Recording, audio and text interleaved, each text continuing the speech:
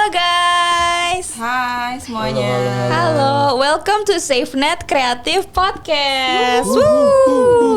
Jadi di sini adalah tempat kita ngebahas topik-topik penting yang lagi sering banget diperhatikan dan yang mempengaruhi masyarakat kita saat ini nih. Oh, kayaknya seru banget ya. Iya. Pembahasan kali ini. Oke, tapi ya sebelum kita berjalan lebih lanjut lagi, kayaknya enak deh kalau kita ada panggilan buat audiens kita yang nonton. Boleh Apa tuh? banget. Panggilan apa tuh? ya? Kira-kira? Gimana kalau kita manggil mereka dengan sebutan Netpals? Boleh Boleh banget. sih. Oke, Biar lebih akrab. bener Dels. Jadi gue, Dea, selaku pembawa acara di podcast kali ini, mau ngebahas topik pembicaraan yang sering banget kita temuin atau bahkan kita alami nih di media sosial. Tapi sebelumnya, gue mau tanya nih kedua orang yang ada di samping gue nih. Sebelum kita beranjak lebih jauh, mungkin kalian boleh kali ya introduce yourself dulu. Boleh dari yang kanan? Halo, nama gue Aksa. Halo, nama gue Adel. Salam kenal semuanya. Oke, kira-kira nih ya, pembahasan kita apa sih, Dels? Kira-kira aja. Yang tahu, lagi nggak hype-hype tahu. hari ini gak sih?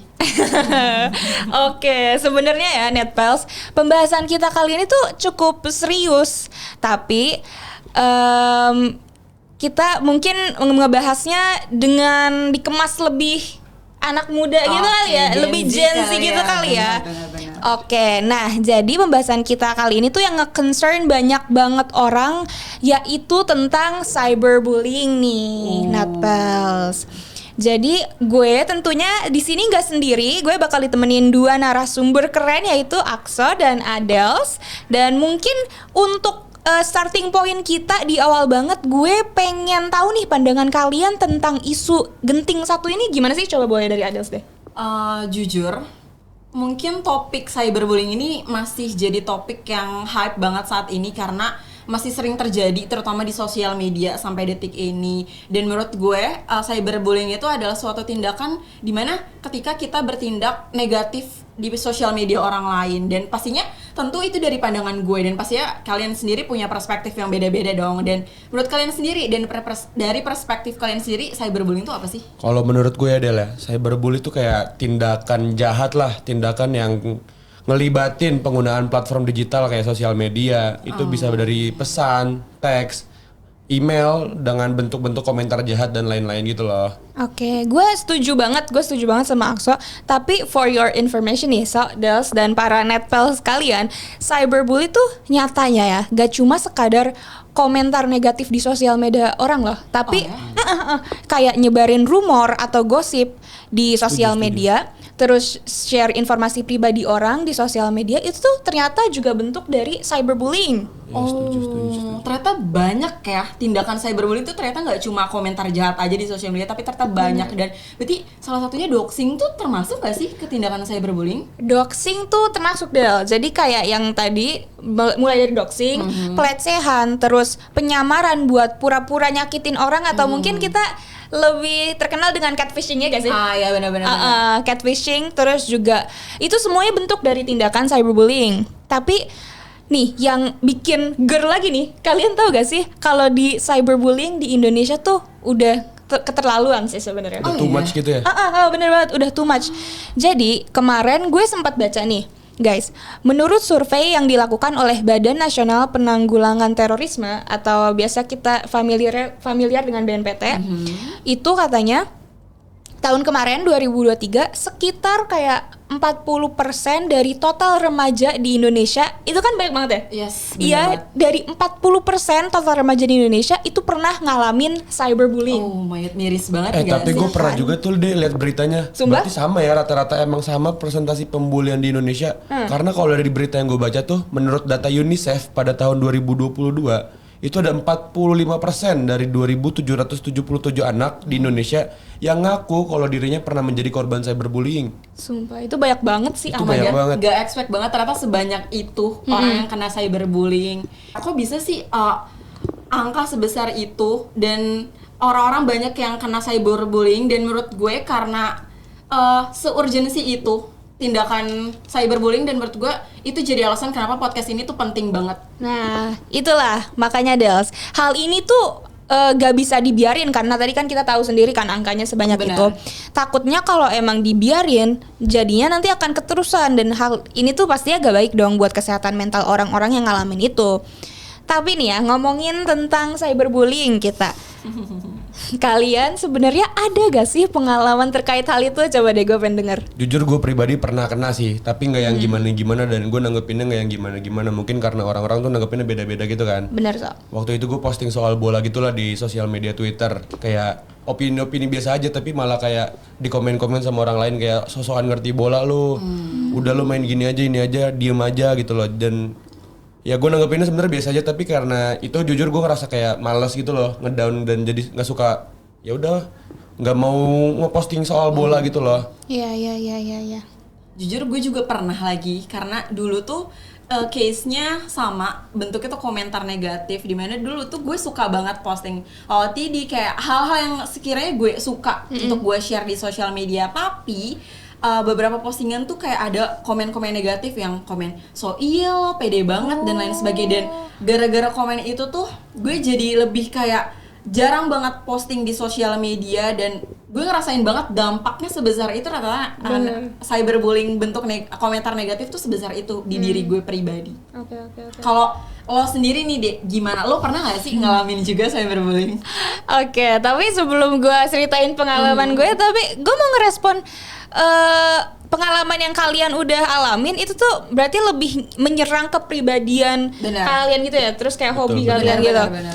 Oke, jadi mungkin gue agak sama sih sebenarnya, karena gue tuh juga waktu itu pengalaman gue. Jadi waktu itu gue suka ngedit gitu ya, terus gue ngide tuh kayaknya seru deh kalau gue bikin tutorial edit terus gue kayak share di salah satu platform gitu. Terus udah nih gue udah share tuh, terus gue udah seneng. Tapi ternyata komennya tuh sejahat itu. Oh ya? Guys, iya. Kayak mereka bilang, ih apaan sih nggak becus, terus kayaknya lu belum sejago itu deh untuk bisa ngasih tutorial gitu. Menurut gue kan kayak apa sih sebenarnya? Nyakitin banget gak sih? Kan gue cuma Emang mau nyebelin nih orang-orang ya.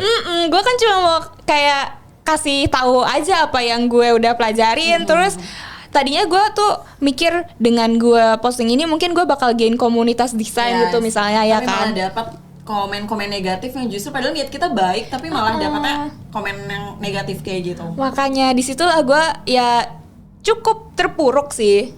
So, Tapi kalian tahu gak sih kasus cyberbullying yang parah banget? Jadi gue pernah baca-baca artikel gitulah. Gue pernah dengar waktu tahun 2016 tuh ada seorang remaja dari Texas berinisial BV. Dia, sorry guys, trigger warning, memutuskan untuk end her life atau oh my ya, god, ya Allah. karena nggak tahan dia dibully terus-terusan lewat pesan-pesan yang kasar banget. Terus dia emang sering diejek gitu secara fisik guys. Dan waktu itu sempat sejumlah siswa, teman-teman sekolahnya itu membuat akun palsu dengan nama BV. Itu seakan-akan bahwa BV itu menawarkan hubungan seksual kepada orang lain gitu loh. Oh, jadi kayak ya ngambil identitas si BV ini ya. Betul. Terus Ya ampun. terus ya gitu deh, akhirnya sangat tragis. Dia end her life, dia bunuh diri di depan keluarganya. Di depan keluarganya. Jadi Kok bisa keluarganya ya? nyaksiin itu. Ya Allah, sedih banget. Rest in peace ya BV.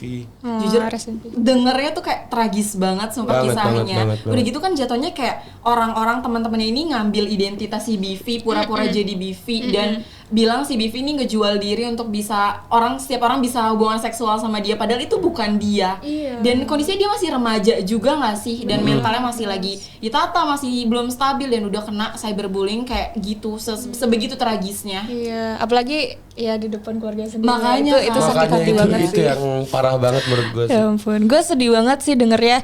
Tapi sekalian tadi kan gue udah simak Akso, gue jadi inget nih beberapa hari lalu gue tuh ngeliat TikTok. Gue kayak lagi nge-scroll TikTok gitu kan, biasa lah ya kita lagi nge-scroll TikTok. Terus ada orang dia tuh sebenarnya lip sync biasa aja, emang sebiasa itu.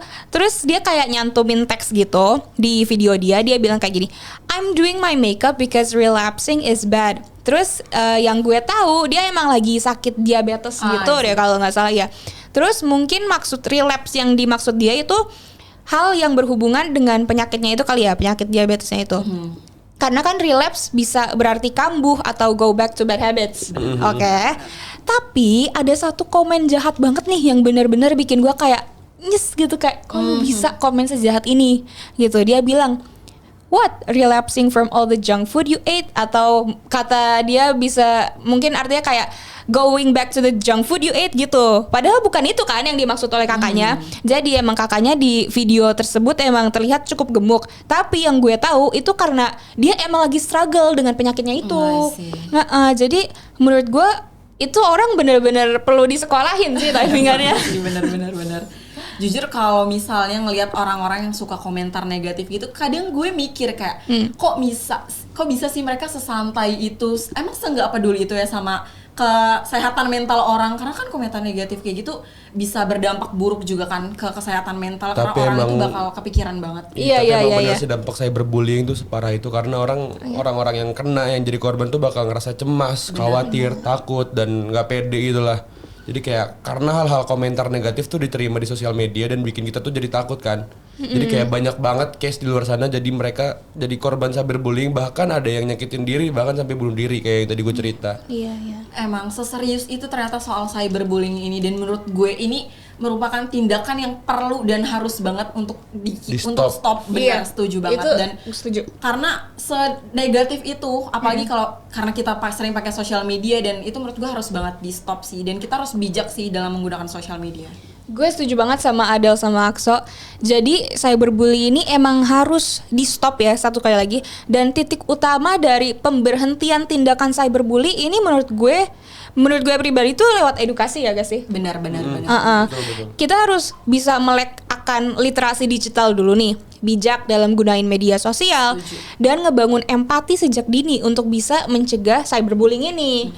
Karena gue juga percaya banget nih, lingkungan sekitar tuh ngaruhin kita bagaimana kita act gitu. Makanya kan ada pepatah choose your friends wisely ya, biar kita tuh act-nya bagus, biar kita bisa berbijak dalam media sosial dan lain-lain gitu. Terus gue juga ngerasa nih pendidikan dan keluarga juga jadi awal fondasi yang baik untuk kita tahu pentingnya etika online dan dampak dari kata-kata yang kita keluarin terutama di media sosial ini. Setuju, kalau misalnya kita pribadi aja udah aware, udah peduli sama kata-kata yang kita lontarin ke sosial media, otomatis cyberbullying itu pasti bakal stop ada, dan tindakan itu pastinya bakal berkurang dan akhirnya sirna gitu loh. Jadi udah nggak ada lagi tindakan cyberbullying, terutama di Indonesia itu sendiri. Bener Del, tapi ya gue lagi mikir nih, kenapa cyberbullying itu bisa terjadi? Kayaknya tuh gara-gara orang yang ngelakuin cyberbullying itu juga biasanya mereka insecure gak sih? Bener. Makanya dia ngelampiasin itu ke orang lain gak sih? Bener banget, atau mungkin istilah kerennya mereka nge-project their insecurities gitu ya ke orang lain. Kayak yang gue cerita tadi, mungkin dia ngira orang ini tuh jadi sasaran empuk buat dia bikin dirinya sendiri tuh lebih baik dari orang yang dia sasarin itu. Apalagi kan di internet mungkin dikira dampaknya yang nggak terjadi secara langsung ke dia. Jadi dia seberani itu gitu. Setuju deh, makanya tadi gue bilang kalau empati tuh bener-bener jadi number one banget. Setuju. Tapi emang bener sih kalau kita jadi korban cyberbullying, menurut gue dukungan paling penting tuh dukungan moral dari orang-orang terdekat kita lah, dari kerabat kita, dari keluarga kita gitu kan. Kita juga pasti butuh semangat dan butuh masukan juga kan dari orang-orang terdekat buat menyikapi komen-komen negatif tersebut. Jadi even kita udah terlanjur dapat komentar negatif, kalau kita dapat dukungan, kita bisa termotivasi untuk tetap bebas berekspresi lah di sosial media tanpa takut soal komen-komen negatif itu. Beda halnya kalau nggak ada dukungan, kita bisa bener-bener termakan sendiri. Baik itu kena mental, fisik, dan pikiran kita bakal keganggu, dan itu jadi hal yang sangat krusial sih menurut gua. Nah itulah Netpels, kalau kayak masih anak sekolahan ya, which is emang kasusnya lebih banyak terjadi ke anak sekolahan gak sih guys? Betul. Nah harus banget nih ada adult yang pantau terus sekali 2 kali boleh banget ada sosialisasi cyberbullying di sekolahnya gitu, biar semua orang tuh aware, maupun guru ataupun anak-anaknya, bahwa cyberbullying ini tuh hal yang sepenting itu dan harus dikasih tindakan preventif dari awal. Setuju deh. Nih, kita udah bicara serius banget soal cyberbullying, dan intinya adalah kalau misalnya kita harus bisa lebih bijak lagi dalam pakai sosial media, lebih memperhatikan dan lebih berempati lagi dalam mengeluarkan kata-kata kita, terutama komentar kita di sosial media. Oke, setuju banget. Oke, jadi ini pembahasan kita pembahasan yang sangat Serius ya. serius dan insightful, maybe I don't know. Bener. Tapi gue jadi belajar sedikit banyak Iya tentang sih, bener. cyberbullying sih. Nah, jadi guys, mulai detik ini tolong banget lebih bijak lagi ya dalam bermedia sosial, lebih aware lagi sama kata-kata dan komentar yang kita ketik di media sosial. Karena media sosial pada dasarnya tuh ruang bebas berekspresi, ya kan? Setuju. Jadi ya better banget kita menyebarkan hal positif yang menginspirasi di media sosial daripada saling menjatuhkan. Yoi, bener banget, setuju. Oke, tapi sebelum kita closing podcast kali ini, ada baiknya kita tagline dulu gak sih? Tagline Apa tuh tagline-nya, tagline Dek? apa tuh? Jadi tagline kita itu connecting you to the world without borders, without worries. Asik. Asik, boleh kali ya? Asik banget.